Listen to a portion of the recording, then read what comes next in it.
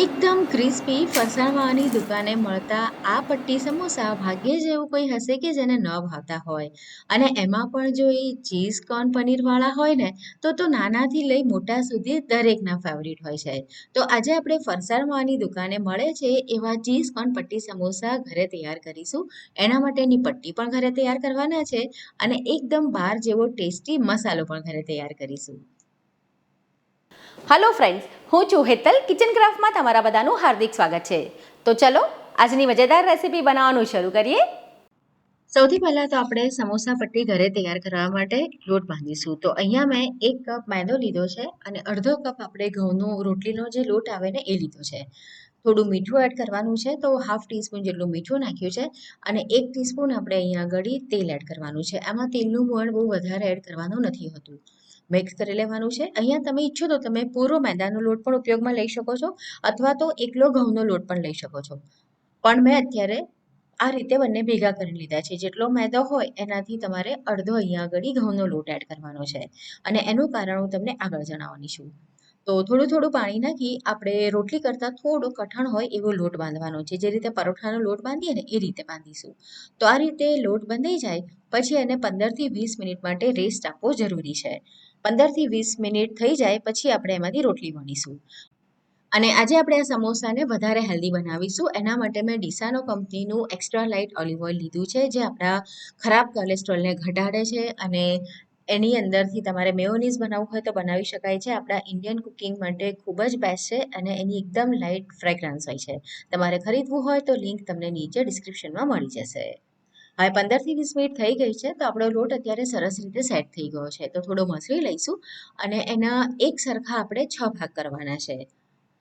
આ જે ભાગ છે ને એ એક સરખા એટલા માટે કરવાના કારણ કે આપણે રોટલી વણવાની છે. તમે બહારથી જે તૈયાર સમોસા પટ્ટી આવે છે ને એ પણ લઈ શકો છો અને જો ન લેવી હોય તો આ રીતે ઘરે ફ્રેશમાં બનાવી શકો છો. ખૂબ જ સરળ છે અને એકદમ ઝડપથી તૈયાર પણ થઈ જાય છે.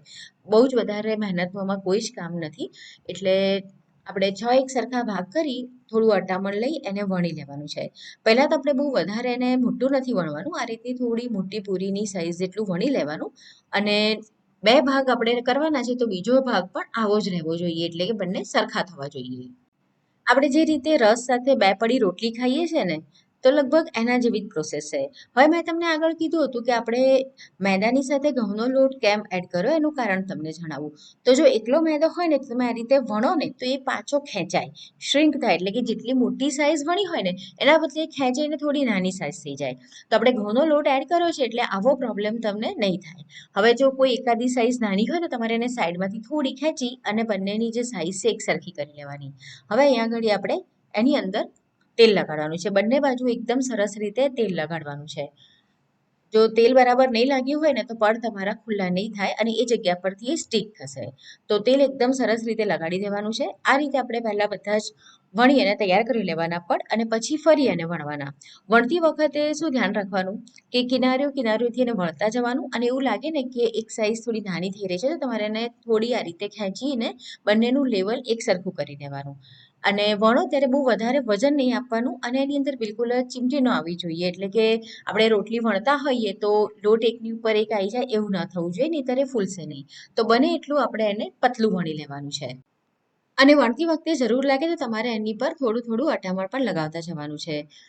અને ત્યારબાદ અટામણ થોડું આ રીતે હાથેથી અલગ પણ કરી લેવાનું. હવે આ રીતનો એક ફ્લેટ તવો લેવાનો છે અને ગેસની ફ્લેમ એકદમ સ્લો રાખવાની છે અને રોટલીને આપણે બંને સાઈડ ઉલટાવતા પલટાવતા રહેવાનું છે. એની પર બિલકુલ જ આમ દાગા ન પડવા જોઈએ એટલે કે એકદમ સાવ કાચી પાકી શેકવાની છે. જો બહુ વધારે શેકાશે ને તો પણ પછી આપણે એને બરાબર ફોલ્ડ નહીં કરી શકીએ. તો જો એને એક સાઈડ સતત નહીં રાખવાની, બંને બાજુ ફરાવતા રહેવાનું અને આ રીતે તમને થોડા હલકા હલકા બબલ આવતા દેખાય એટલે આપણે એને પ્લેટમાં કાઢી લેવાની છે. જો તમે એને થોડી પણ વધારે શેકશો ને તો પછી આપણે જ્યારે સમોસા એની અંદર ભરીશું ને તો ઇઝીલી ફોલ્ડ નહીં કરી શકો. અને આ રીતે એની અંદરથી વરાળ નીકળતી હોય તો કાઢી દેવાની અને ત્યાર પછી આપણે જે થાળીમાં વણી હતી ને એમાં જ લેવાની અને પછી શું કરવાનું, આ રીતે એને 1 થી 2 વાર ઉલટાવી પલટાવી જોરથી થોડી થાળીની ઉપર જ પછાડવાની. એટલે બંને પડ એના એકદમ સરસ અલગ થઈ જશે. જુઓ, આ રીતે તમે કિનારીથી અલગ કરતા જશો તો ઇઝીલી બંને પડ અલગ થઈ જશે અને તેલ આપણે બરાબર લગાડ્યું હતું એટલે ક્યાંય પણ એ ચોંટશે પણ નહીં. બસ આ કરતી વખતે તમારે થોડું ધ્યાન રાખવાનું છે કિનારીથી જ તમારે એને અલગ કરવાનું, એટલે બંને પડ અલગ થઈ જાય. અને ગરમ હોય ને ત્યારે જ કરવાનું છે. જો થોડું પણ ઠંડુ થઈ જશે ને તો પછી તમે ઇઝીલી એને અલગ નહીં કરી શકો. તમે જો એકદમ સરસ પતલું આપણું લેયર તૈયાર થયું છે. આમાંથી તમારે સ્પ્રિંગ રોલ બનાવવા હોય તો પણ તમે બનાવી શકો છો. હવે આ રીતે આપણે એને ફોલ્ડ કરી લેવાની અને પછી તરત જ આપણે એને છે ને કોઈ પણ ડબ્બાની અંદર મૂકવાની છે. અત્યારે હું કેસરોલમાં મૂકું છું. એક કપડું મૂકી દેવાનું, કેમ કે ગરમ છે એટલે એમાંથી પાણી ન છૂટે. કપડાની અંદર આ રીતે એને ઢાંકી અને પછી અલગ રાખવાની. જો તમે એને બહાર ખુલ્લી રાખશો ને તો એ સુકાઈ જશે. હવે આપણે મેદાની સ્લરી પણ તૈયાર કરી લઈએ, કારણ કે આપણે સમોસા ભરીશું તો એને સ્ટીક કરવા માટે આપણને સ્લરી જોઈશે, એટલે કે લઈ જોઈશે. તો મેં અહીંયા ઘડી 2 મોટી ચમચી મેદો લીધો હતો. એમાં થોડું થોડું પાણી નાખી આપણે એક ગાઢી પેસ્ટ જેવું તૈયાર કરવાનું છે. જો વધારે પતલી થશે ને તો એ ચોંટશે નહીં. તો આ રીતની એકદમ જાડી હોવી જોઈએ અને સરસ મિક્સ કરી લેવાનું. તો બસ આ રીતે તૈયારી થઈ ગઈ છે. હવે અંદરનું સ્ટફિંગ કરીએ. તો સ્ટફિંગ માટે અત્યારે હું ચીઝ અને પનીર બંનેનો ઉપયોગ કરવાની છું. તો બંનેની ક્વોન્ટિટી તમે તમારી ચોઈસ પ્રમાણે ઓછી વધારે લઈ શકો. મેં બંને અડધી અડધી ક્વોન્ટિટીમાં લીધા છે, એટલે કે અડધું ચીઝ અને અડધું પનીર. બંનેને ખમણી લેવાનું છે. તમારે એકલું ચીઝ લેવું હોય તો પણ લઈ શકો, ચીઝની ક્વોન્ટિટી વધારે લેવી હોય તો પણ લઈ શકાય, ચોઈસ તમારી છે. હવે એની અંદર આપણે બાફેલી મકાઈના દાણા નાખીશું. તો મેં અહીંયા આગળ 1/4 કપ બાફેલી મકાઈના દાણા નાખ્યા છે. અડધો કપ કેપ્સિકમ એકદમ ઝીણું સમારીને નાખ્યું હતું. કોથમીર નાખી દેવાની છે. લીલા મરચાં નાખીશું. તો મેં અહીંયા આગળ 4 થી 5 નંગ લીલા મરચાં લીધા હતા. અને મીઠું આપણે અહીંયા ફક્ત અડધી ચમચી નાખીશું. 1 ચમચી મરી પાવડર નાખવાનો છે અને 1 ચમચી ચીલી ફ્લેક્સ નાખવાનો છે. આપણે ચીઝ એડ કર્યું છે તો એમાં મીઠું હોય છે, એટલે મીઠું તમારે થોડું ધ્યાનથી નાખવું. જો તમે આ મસાલાનું માપ જોઈને મીઠું નાખશો ને તો મીઠું વધારે થઈ જશે.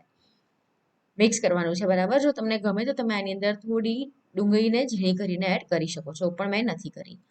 હવે આ રીતે સ્ટફિંગ તૈયાર થઈ જાય અને આપણી રોટલો તૈયાર થઈ ગઈ હતી, તો એમાંથી એક સાથે બધી જ રોટલી મૂકી દેવાની અને એની જે સાઈડ છે ને આ રીતે એ થોડી કટ કરી લેવાની છે. અને એનો ઉપયોગ તમે તળીને એની પર મસાલો છાંટીને ખાવામાં કરી શકો, એના નૂડલ્સ બનાવી શકો, ઘણી બધી રીતે ઉપયોગમાં લઈ શકાય છે. તો એ આ રીતનું ચોરસ આપણે કટ કરીએ, પછી વચ્ચેથી કટ કરી લેવાનું અને પછી ફરી વચ્ચેથી એક કટ કરવાનું, એટલે 4 ભાગમાં તમને પટ્ટીઓ તૈયાર મળી જશે. તો એકદમ સરસ આ રીતની સમોસા પટ્ટી તમે બનાવી શકો છો અને એને સ્ટોર પણ કરી શકો છો. જો સ્ટોર કરવી હોય તો તમારે કોઈ પણ ઝીપલોક બેગમાં એને પેપરની અંદર ફોલ્ડ કરીને ફ્રીઝરમાં મૂકવાની. ફ્રીઝરમાં 1 મહિના સુધી ખરાબ નહીં થાય.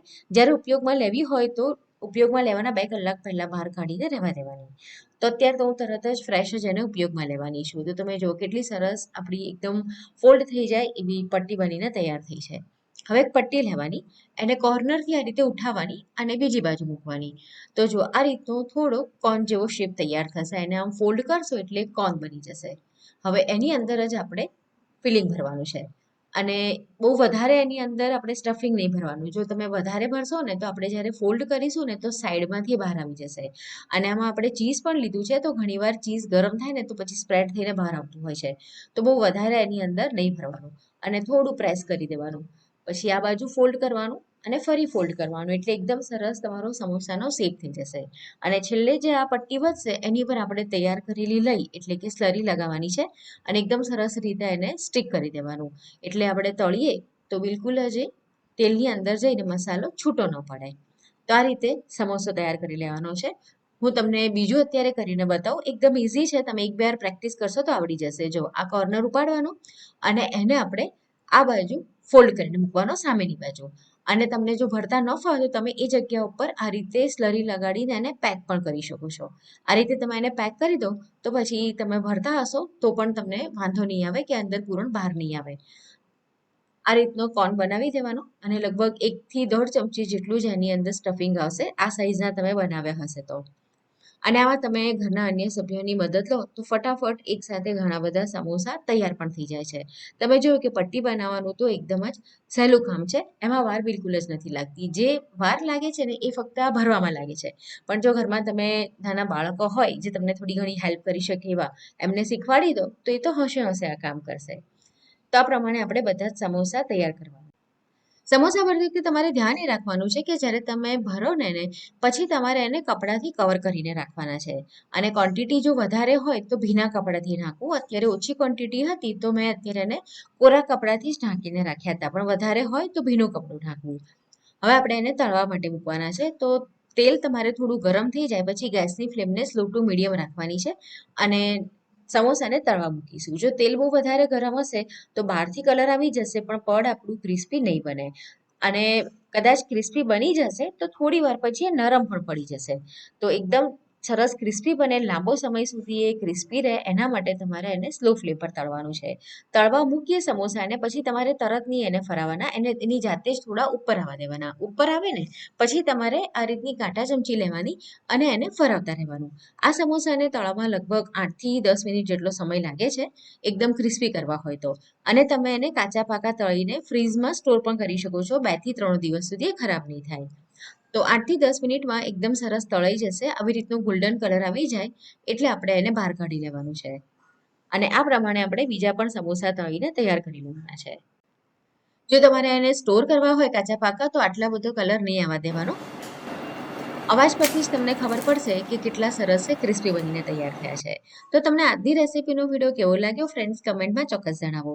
જો રેસીપી પસંદ આવી છે, વિડીયો પસંદ આવ્યો છે તો વિડીયોને લાઇક કરી તમારા ફ્રેન્ડ્સ અને ફેમિલીની સાથે જરૂર શેર કરો.